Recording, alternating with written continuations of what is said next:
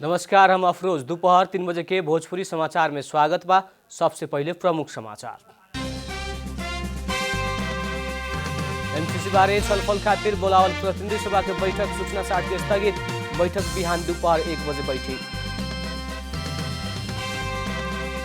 MCC के विरोध में आज भी काठमाडौँ के बानेश्वर में प्रदर्शन हो रहा। प्रदर्शनकारी या प्रहरी बीच झड़प। ऊर्जा क्षेत्र के विकास आ सहकार्य खातिर नेपाल आ भारत बीच 2 देशीय सचिव स्तरीय बैठक शुरू। बैठक बिहान तक चली। लंबा विवाद बाद रूस द्वारा यूक्रेन पर आक्रमण शुरू। डोनेट्स आ लुहांस्की सहित के क्षेत्र में बमबारी। आईसीसी पुरुष T20 विश्व कप छनौट के ग्लोबल छनौट ए अंतर्गत तेस्रो का स्थान खातिर नेपाल आज ओमान से खेली।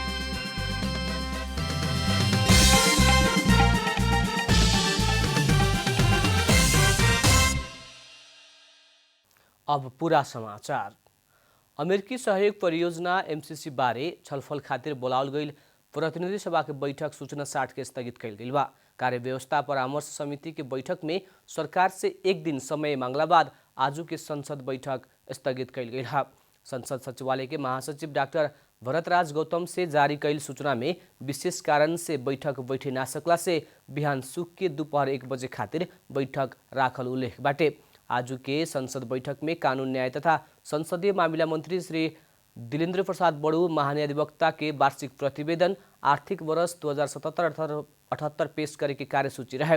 वैसे ही अर्थमंत्री जनार्दन शर्मा से एमसीसी समझौता पर छलफल करेला प्रस्ताव पेश करे के संभावित कार्यसूची भी रहे। एमसीसी के विरोध करत काठमाडौँ के नयाँ बानेश्वर क्षेत्र में प्रदर्शन शुरू भइल बा। प्रदर्शन के कारण नयाँ बानेश्वर क्षेत्र तनावग्रस्त बाटे। सत्तारूढ़ दल नेकपा माओवादी केन्द्र के जनवर्गीय संगठन के नेता कार्यकर्ता सब माइती घर में जम्मा होके नाराबाजी सहित रैली प्रदर्शन करत संसद भवन नयाँ बानेश्वर में जम्मा भइल रहे। सत्तारूढ़ दल के जनवर्गीय संगठन बाहेक विप्लव समूह, क्रांतिकारी माओवादी लगायत के 6 राजनीतिक दल सब भी बानेश्वर क्षेत्र में प्रदर्शन कर रहा बा। राप्रपा समेत एमसीसी के विरोध में प्रदर्शन करते आइल बाटे। विरोध प्रदर्शन के मद्देनजर करत बानेश्वर आसपास के सड़क में प्रशासन सुरक्षा तैनाती बढ़ाउले बा। भोजपुरी समाचार में अब छोड़ विश्राम।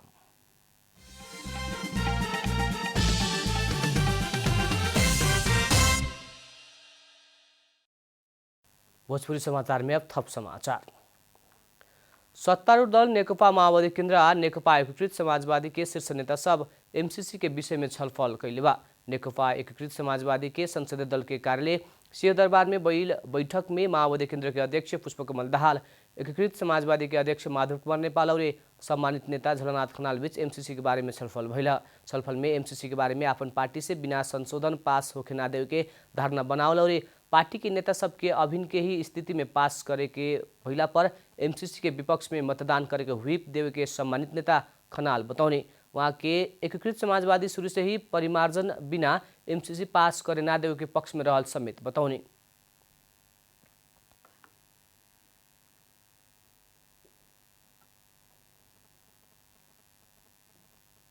हामी सबै छलफल गर्दैछौँ। हामी दुईटा पार्टीहरू जहिले सुके पनि हामी एउटै स्ट्यान्डमा छौँ। त्यो भनेको परिमार्जन बिना, संशोधन बिना हामी एमसीसी पास गर्दैनौँ। वैसे ही बैठक में शामिल नेकपा माओवादी केन्द्र के नेता देव गुरुङ एमसीसी के विपक्ष में मतदान करे के बाद में छलफल भइल बताउने। वहाँ के संसद में होखेवाला एमसीसी के छलफल में भाग लेवे के और ओकरा खातिर सभामुख के संसद में हो रहल अवरोध के हटावे के खातिर आग्रह करे के भी बताउने। एमसीसीको विपक्षमा मतदान गर्ने भन्ने कुरा त छँदैछ, तर अब अहिले सदन अवरुद्ध भइरहेको अवस्था छ।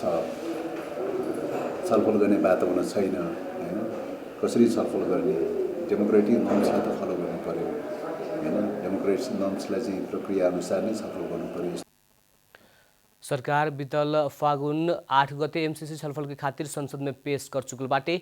सरकार अमेरिकी सहयोग परियोजना मिलेनियम चैलेंज कॉर्पोरेशन एमसीसी पास करे के खातिर संसद में पेश कैला पर भी सत्तारूढ़ दल भीतर ही एमसीसी के विपक्ष में खड़ा भइल बा। एमसीसी यथास्थिति में पास करे ना होके कहत सत्तारूढ़ दल माओवादी केन्द्र और एकीकृत समाजवादी एमसीसी विरुद्ध आंदोलन करते आइल बा। वैसे सत्तारूढ़ दोसर दल राष्ट्रिय जनमोर्चा एमसीसी नेपाल के हित में ना भइल दावी करत कोनो भी हालत में एमसीसी पास करे ना होखे के अड़ान रखते आइल बा।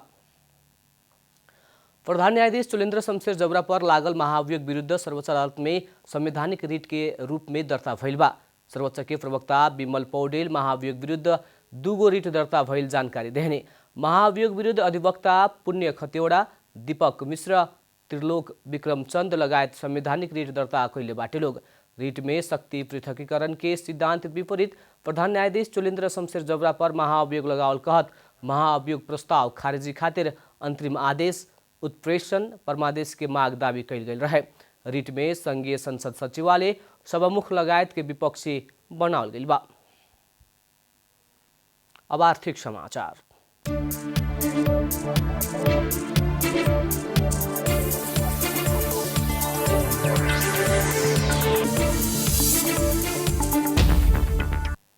ऊर्जा क्षेत्र के विकास आ सहकार्य खातिर नेपाल आ भारत बीच 2 देशीय सचिव स्तरीय बैठक शुरू भइल बा।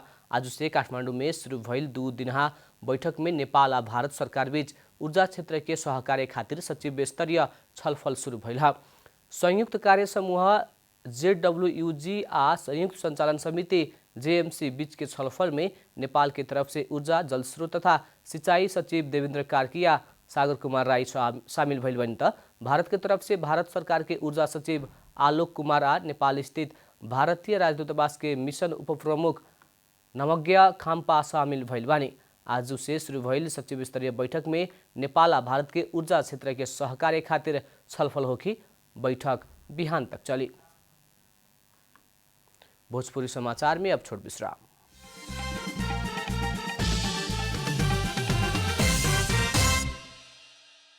अब खेलकूद समाचार।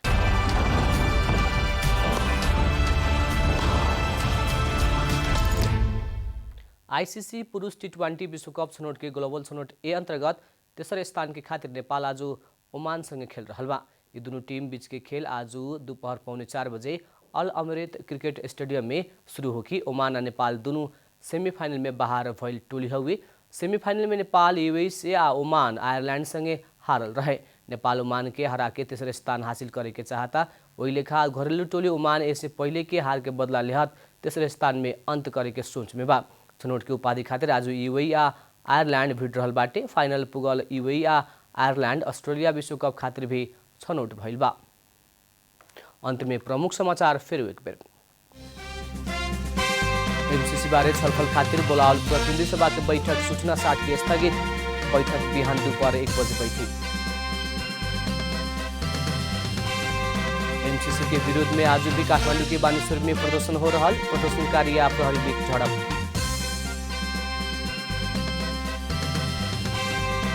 ऊर्जा क्षेत्र के विकास आ सहकार्य खातिर नेपाल आ भारत बीच 2 देशीय सचिव स्तरीय बैठक शुरू। बैठक बिहान तक चली। लंबा विवाद बाद रूस द्वारा यूक्रेन पर आक्रमण शुरू।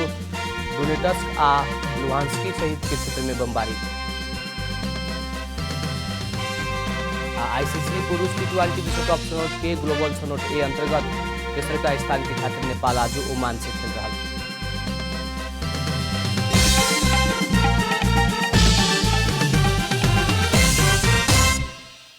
भोजपुरी समाचार अभी खातिर इतना ही। जनता द्वारा जनता खातिर प्रसारित जनता टेलीविजन देखत रही। प्रणाम।